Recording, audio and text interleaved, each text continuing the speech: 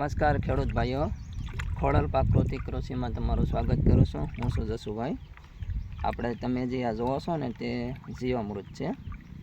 આપણે પાયાના ખાતર તરીકે ધન જીવામૃતનો ઉપયોગ કર્યો છે. ત્યાર પછી આપણે દર 15 દિવસે આ જીવામૃત આપીએ છીએ. આ જીવામૃત હવે બની ગયું છે.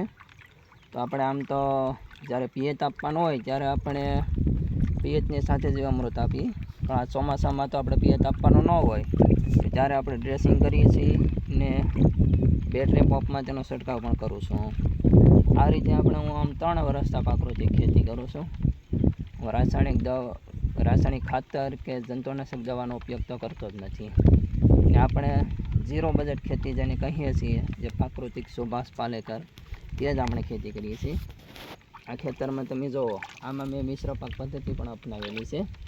કપાસ છે, અડદ છે, સાથે ઊભી સોળી છે, તુવેરનો ક્યાંક આપણે છોડ નાખેલા છે, મકાઈ છે, આપણે પેલી સાઈડ હળદરનો વાવેલા છે, હળદર સોંપેલી છે, શેઢે પાળે આપણે શેરડીનું વાવેતર કરેલું છે, નાળિયેરી છે, જમરૂખડી છે, દાડમડી છે, આવા અલગ અલગ પ્રકારના વૃક્ષો. આ સાઈડ જુઓ તો તમે નાળિયેરી છે, કેળો છે, કેળો આપણે કરેલી છે.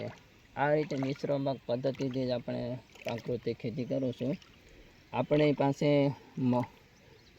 જે મગફળી પણ હતી માંડવીનું, તે પણ વાળા આપણે તેને વેચ્યા છે. એટલે આવી રીતે હું 100% પ્રાકૃતિક ખેતી કરું છું ને સુભાષ પાલેકર પદ્ધતિથી. આ કપાસમાં પણ તમે જુઓ છો, અત્યારે કોઈ પણ પ્રકારની ખામી દેખાતી નથી. બહુ સરસ મજાનો એવો છે. આમાં આપણે જીવામૃત, ખાટી છાશ ને એનો જ છંટકાવ કરેલો છે. બીજો કોઈ હજી હાલમાં છંટકાવ કરેલો નથી. આપણે દર 15 દિવસે જીવામૃતનો છંટકાવ આપી દઉં છું. ને ખાટી છાશ જે ગાયની હોય છે, મારી પાસે 2 ગાય પણ છે. તે ગાયનો હું દર 15 દિવસે એક વખત ખાટી છાશ, એક વખત જીવામૃત આવી રીતનો છંટકાવ આપું છું. ડ્રેસિંગ પણ આપણે પંપ દ્વારા જે નોઝલ ખોલીને કરીએ છીએ. ને આ જીવામૃત જો આ રીતનો બનેલો છે. આ જીવામૃત આમાં આપણે 10 કિલો ગાયનું ગોબર, 10 લીટર ગાયનું ગૌમૂત્ર, ચેઢાપાળાની માટી 2 મુઠ્ઠી નાખેલી હતી, 2 કિલો દેશી ગોળ નાખેલો હતો ને આપણે કઠોળનો લોટનો ઉપયોગ કરેલો છે. આ રીતનું જીવામૃત બનાવેલું હતું. આના 4 દિવસ થયા છે, પણ જીવામૃત બની ગયો લાગે છે. આપણે આને આવતીકાલે જ આનો ઉપયોગ કરવાનો છે.